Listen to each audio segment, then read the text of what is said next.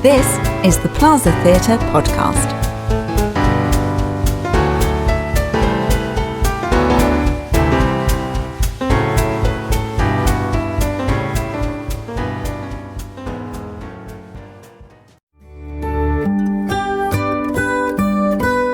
Alice in Wonderland by Carroll, with Chloe Birtles, Matthew Ellison, Wayne Ings, Peter Moore, Diane Phippen, Claire Durham and Gemma Wilkes. Directed and edited by Georgette Ellison. Chapter 5. Advice from a Caterpillar. The caterpillar and Alice looked at each other for some time in silence. At last, the caterpillar took the hookah out of its mouth and addressed her in a languid, sleepy voice. "Who are you?" said the caterpillar. This was not an encouraging opening for a conversation. Alice replied rather shyly. I hardly know, sir, just at present. At least I know who I was when I got up this morning, but I think I must have been changed several times since then. "What do you mean by that?" said the caterpillar sternly. "Explain yourself." Well, I can't explain myself, I'm afraid, sir. Said Alice. Because I'm not myself, you see? "I don't see," said the caterpillar. Well, I'm afraid I can't put it more clearly. Alice replied very politely. For I can't understand it myself to begin with, and being so many different sizes in a day is very confusing. "It isn't," said the caterpillar. Well, perhaps you haven't found it so yet, said Alice. But when you have to turn into a chrysalis, you will someday, you know, and then after that into a butterfly. I should think you'll feel a little queer, won't you? "Not a bit," said the caterpillar. Oh, well, perhaps your feelings may be different, said Alice. All I know is it would feel very queer to me. "You," said the caterpillar contemptuously. "Who are you?" Which brought them back again to the beginning of the conversation. Alice felt a little irritated at the caterpillar's making such very short remarks, and she drew herself up and said very gravely, I think you ought to tell me who you are first. "Why?" said the caterpillar. Here was another puzzling question, and as Alice could not think of any good reason, and as the caterpillar seemed to be in a very unpleasant state of mind, she turned away. "Come back," the caterpillar called after her. "I've something important to say."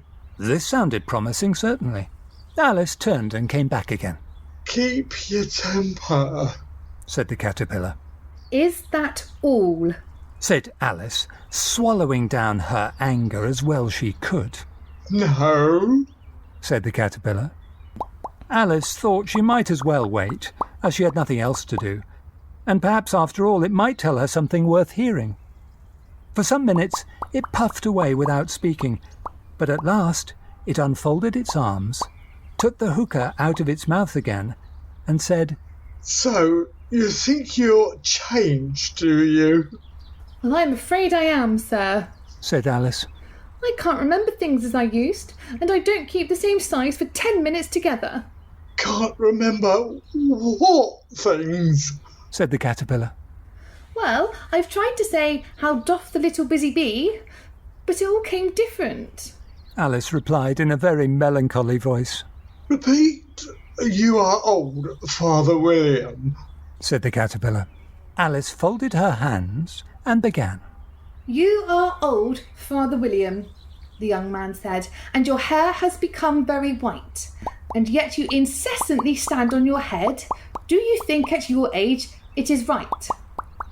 In my youth, Father William replied to his son, I feared it might injure the brain, but now that I'm perfectly sure I have none, why, I do it again and again. You are old, said the youth, as I mentioned before, and have grown most uncommonly fat. Yet you turned a back somersault in at the door. Pray, what is the reason of that? In my youth, said the sage, as he shook his grey locks, I kept all my limbs very supple. By the use of this ointment, 1 shilling the box, allow me to sell you a couple. "You are old," said the youth, "and your jaws are too weak for anything tougher than suet. Yet you finished the goose with the bones and the beak. Pray, how do you manage to do it?" "In my youth," said his father, "I took to the law and argued each case with my wife, and the muscular strength which it gave to my jaw has lasted the rest of my life." "You are old," said the youth. "One would hardly suppose that your eye was as steady as ever, yet you balanced an ill on the end of your nose. What made you so awfully clever?" "I have answered 3 questions, and that is enough," said his father. "Don't give yourself airs. Do you think I can listen all day to such stuff? Be off, or I'll kick you downstairs." That is not said right, said the caterpillar. "Not quite right, I'm afraid," said Alice timidly. "Some of the words have got altered." It is wrong from beginning to end, said the caterpillar decidedly, and there was silence for some minutes. The caterpillar was the first to speak. What size do you want to be? It asked. "Oh, I'm not particular as to size," Alice hastily replied. "Only one doesn't like changing so often, you know." I don't know, said the caterpillar. Alice said nothing. She had never been so much contradicted in her life before, and she felt that she was losing her temper. Are you content now? Said the caterpillar. "Well, I should like to be a little larger, sir, if you wouldn't mind," said Alice. 3 inches is such a wretched height to be." It is a very good height indeed, said the caterpillar angrily, rearing itself upright as it spoke. It was exactly 3 inches high. "Oh, but I'm not used to it," pleaded poor Alice in a piteous tone, and she thought to herself, "I wish the creatures wouldn't be so easily offended." You'll get used to it in time, said the caterpillar, and it put the hookah into its mouth and began smoking again. This time, Alice waited patiently until it chose to speak again. In a minute or 2, the caterpillar took the hookah out of its mouth and yawned. Once or twice. And shook itself.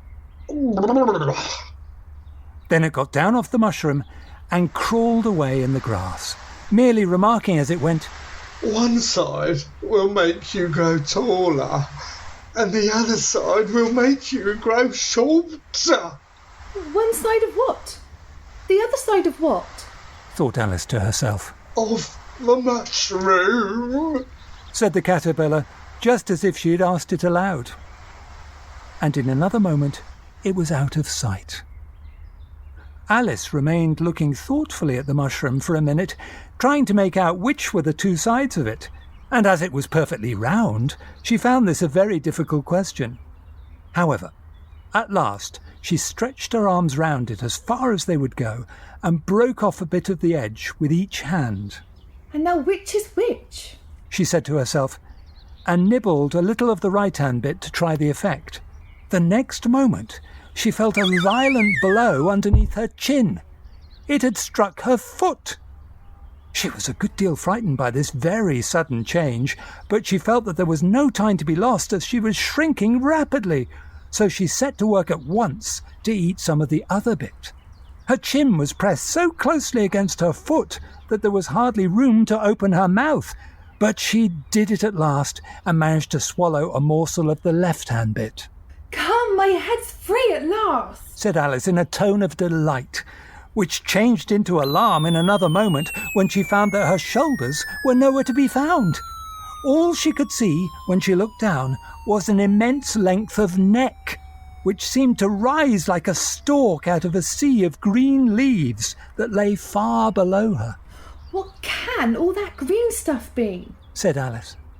"And where have my shoulders got to? And oh, my poor hands, how is it I can't see you?" As there seemed to be no chance of getting her hands up to her head, she tried to get her head down to them, and was delighted to find that her neck would bend about easily in any direction. She'd just succeeded in curving it down into a graceful zigzag, and was going to dive in among the leaves, which she found to be nothing but the tops of the trees under which she had been wandering, when a sharp hiss made her draw back in a hurry. A large pigeon had flown into her face and was beating her violently with its wings. "Serpent!" screamed the pigeon. I'm not a serpent. Said Alice indignantly. Let me alone. "Serpent, I say again!" replied the pigeon, but in a more subdued tone, and added with a kind of sob, "I've tried every way, and nothing seems to suit them." I haven't the least idea what you're talking about, said Alice. "I've tried the roots of trees, and I've tried banks, and I've tried hedges," the pigeon went on, without attending to her. "But those serpents! There's no pleasing them!"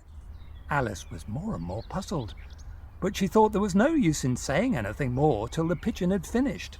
"As if it wasn't trouble enough hatching the eggs," said the pigeon. "But I must be on the lookout for serpents night and day. Why, I haven't had a wink of sleep these last 3 weeks." Well, I'm very sorry you've been annoyed, said Alice, who was beginning to see its meaning. "And just as I've taken the highest tree in the wood," continued the pigeon, raising its voice to a shriek, "and just as I was thinking I should be free of them at last, they must needs come wriggling down from the sky. Ah, serpent!" But I'm not a serpent, I tell you, said Alice. Well, "Well, what are you?" said the pigeon. "I can see you're trying to invent something." I'm a little girl, said Alice, rather doubtfully, as she remembered the number of changes she'd gone through that day. "A likely story indeed," said the pigeon, in a tone of the deepest contempt. "I've seen a good many little girls in my time, but never one with such a neck as that. No, you're a serpent, and there's no use denying it. I suppose you'll be telling me next that you've never tasted an egg." Well, I have tasted eggs, certainly, said Alice, who was a very truthful child. But little girls eat eggs quite as much as serpents do, you know. "I don't believe it," said the pigeon. "But if they do, why then they're a kind of serpent. That's all I can say." This was such a new idea to Alice that she was quite silent for a minute or two, which gave the pigeon the opportunity of adding, "You're looking for eggs. I know that well enough. And what does it matter to me whether you're a little girl or a serpent?" Well, it matters a good deal to me, said Alice hastily.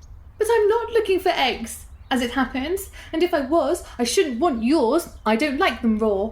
"Well, be off then," said the pigeon, in a sulky tone, as it settled down again into its nest. Alice crouched down among the trees as well as she could, for her neck kept getting entangled amongst the branches, and every now and then she had to stop and untwist it. After a while, she remembered that she still held the pieces of mushroom in her hands, and she set to work very carefully, nibbling first at one and then at the other, and growing sometimes taller and sometimes shorter, until she had succeeded in bringing herself down to her usual height. It was so long since she'd been anything near the right size that it felt quite strange at first, but she got used to it in a few minutes and began talking to herself, as usual. Well, come, there's half my plan done now. I've got back to my right size. The next thing is to get into that beautiful garden. How is that to be done, I wonder? As she said this, she came suddenly upon an open place, with a little house in it about 4 feet high. Oh, whoever lives there, thought Alice. Well, it'll never do to come upon them this size. Why, I should frighten them out of their wits. So she began nibbling at the right-hand bit again, and did not venture to go near the house till she had brought herself down to 9 inches high.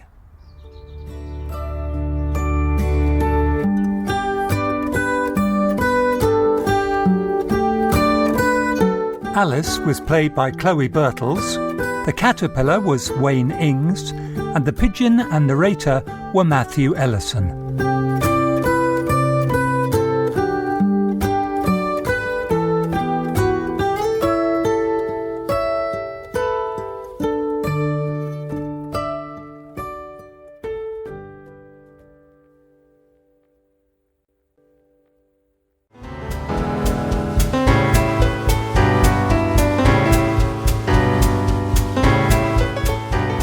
thank you for listening to the Plaza Theatre podcast. Although the theatre is closed, keeping the building maintained still costs money. If you've enjoyed our podcast today, please consider making a donation to keep theatre alive in Romsey. Visit plazatheatre.com for more details.